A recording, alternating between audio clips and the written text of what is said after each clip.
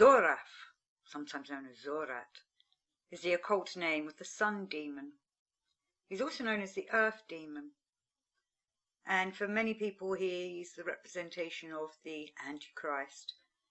For Christ is a sun king, and Zorat is the sun demon that resides in the same place as the sun, and so they are the opposite of each other. One day this earth will become a sun, and Zorat will try and stop that. When the Christ was crucified, he went down into the earth and left a sheath of himself that will help begin the metamorphosis of the earth becoming a sun. The Sun King left a sheath of himself in the centre of this earth. For in the future, this earth will start evolving and becoming on its path towards becoming a sun. And this is something we are working upon ourselves as well. We want to become sun beings. Fill ourselves with the light and love of the sun and the sun kings, of which there have been many. Rudolf Steiner doesn't often discuss Zorat because his influence will come in much later times, though I do wonder if he will try and change, like Zorat that is, and come a bit earlier. Zorat is made by the debris left over from previous cosmos worlds. This universe is not the first. There have been many that have waxed and waned like the moon. They have grown, then departed, then became into chaos and reborn into another cosmos, a new cosmic realm. So the sun demon is made from the dross that was left over from the previous incarnations of this universe. Now in Steiner's cosmology, there was an epoch that was part of the Hyborian times, and during that time Zorat caused the earth to begin to harden. He caused all the forces to start hardening this earth. And it was around this time that the sun had separated from the earth, and according to Steiner, at some point the moon and the sun will come back into this earth, which will help with the evolution of this earth into a sun being. The sun creates finer, spiritualized energies, whereas Zorat was hardening, making darker, heavier forces on this earth. Zorat, being the sun demon, is thus seen as the adversary of the Sun King, Christ, and his objective is to extinguish the human eye. He represents the adverse powers, the adverse forces against the Christ. He is the leader of the Asuras, and he is, quote, behind the hidden secret of black magic, that most fearful crime in earth evolution, with which no other crimes can be compared, end quote. And black magic takes people to dark, nefarious places. Some people deny that such black magic occurs. Some people deny that there's satanic cults around the world. But it's these satanic cults that are working with the dark forces, obviously. And they might call upon what they think is the devil or Lucifer or Ahriman. But them beings all look up to Zorat.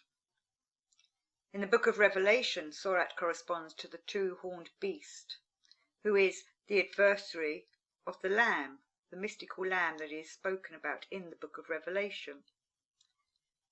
And this beast, this Zorat, this two-horned beast, is also linked to the mystery of the number 666. Though this does in some ways represent an evolutionary cycle. It is part of the cycle of going through different stages, whether it is the individual or the cosmos. Each and everything goes through evolutionary stages. Rudolf Steiner says that Zorat does not actually incarnate onto this earth into a human body, but he does have an impact every 666 years on the earth. Zorat wants to lead men astray from spiritual development and instead take them down a dark path, which is all the black magic. Zorat wants to disrupt the evolutionary path that is God's plan. Now, godly plan, or the godly path, is of course love. Zorat's path is pain, inflicted pain and suffering, of which we see a lot of in this world. Steiner says that Zorat came around the year 666 and infiltrated the Academy of Gondapashur in Persia, which was originally an academy of great scholars of that time that came from all around the world to help with the evolution of humanity. But he managed to corrupt that. He came again around the year 1332, which is in line with the burning of the Knights of the Templar Order.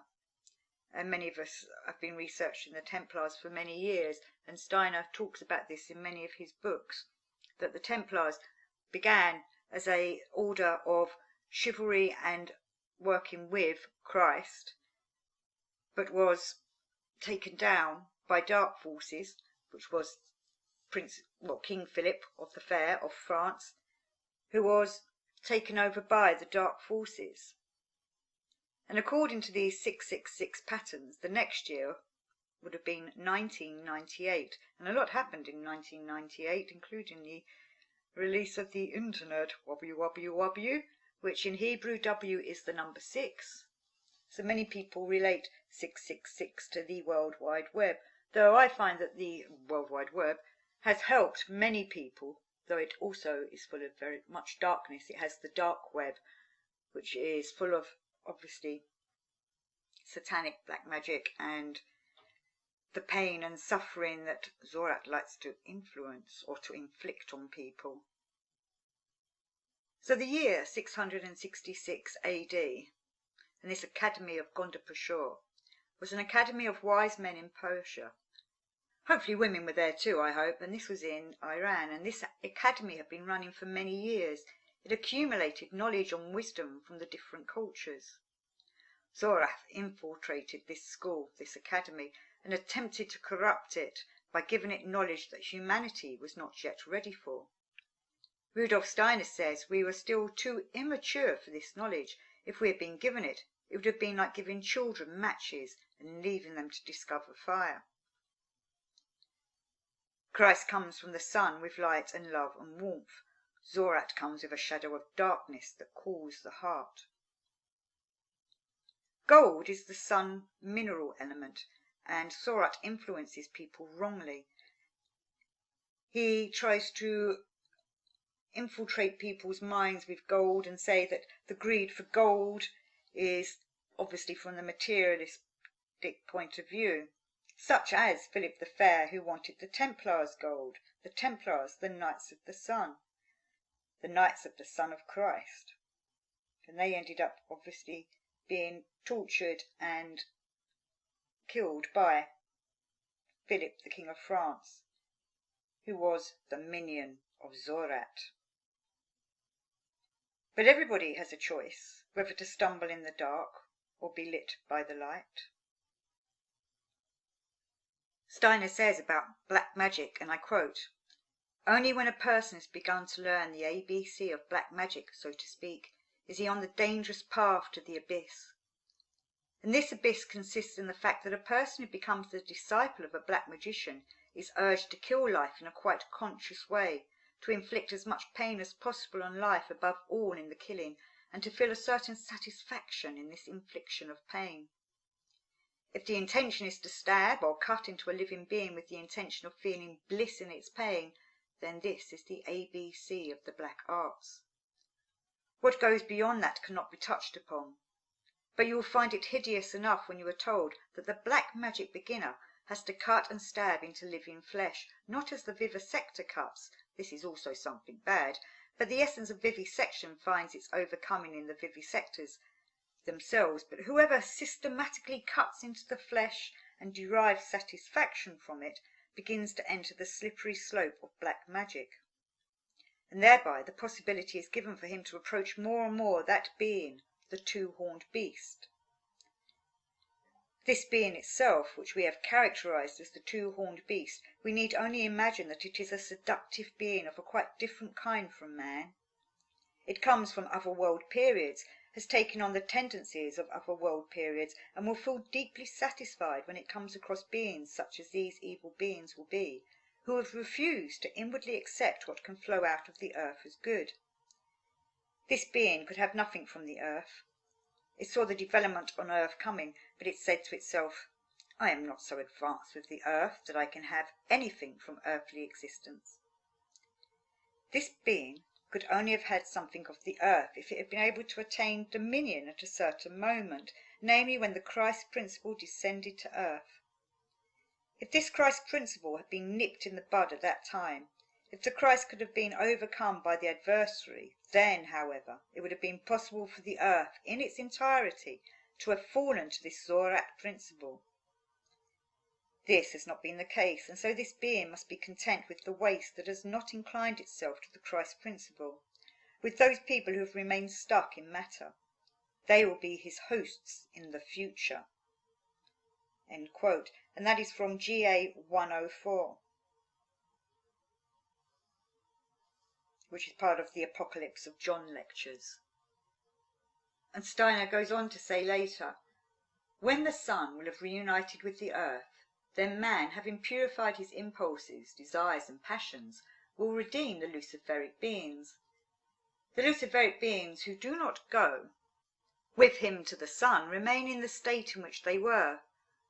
They then appear as ejected into the evil lower astral world. This is then the old serpent, and the first of the dragons emerges. So when the earth enters the sun, a dragon appears. But there are other retarded things, such people who cannot quite help being retarded in animalism, who remain slaves to their animal instincts, while the other people go to the sun. They form an evil power towards the others. They form the second monster, and the apocalyptic says, in his exact manner, the luciferic dragon appears in the sky before he comes from higher worlds. The second beast rises from the sea.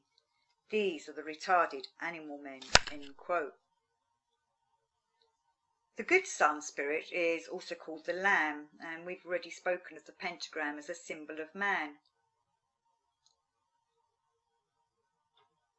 The black magician uses the pentagram in such a way that the two horns go upwards and one, the tip, goes downwards. So Steiner is explaining to us how the pentagram can be inverted, and I do tell people, make sure your pentagram is pointing the one point upwards, the 2 points downwards. And I see it quite a lot in people's houses and places where they've got their stars up on the wall, but they've got them round the wrong way, and they don't understand that the point should be upwards towards God, the 1 point. Otherwise you're putting up the devil's horns. Now Steiner warns us that there is a possibility of a war of all against all, a war when everybody disagrees with everybody else, and it's going to be a horrendous time. But he says after this war of all against all, humanity will be divided into two.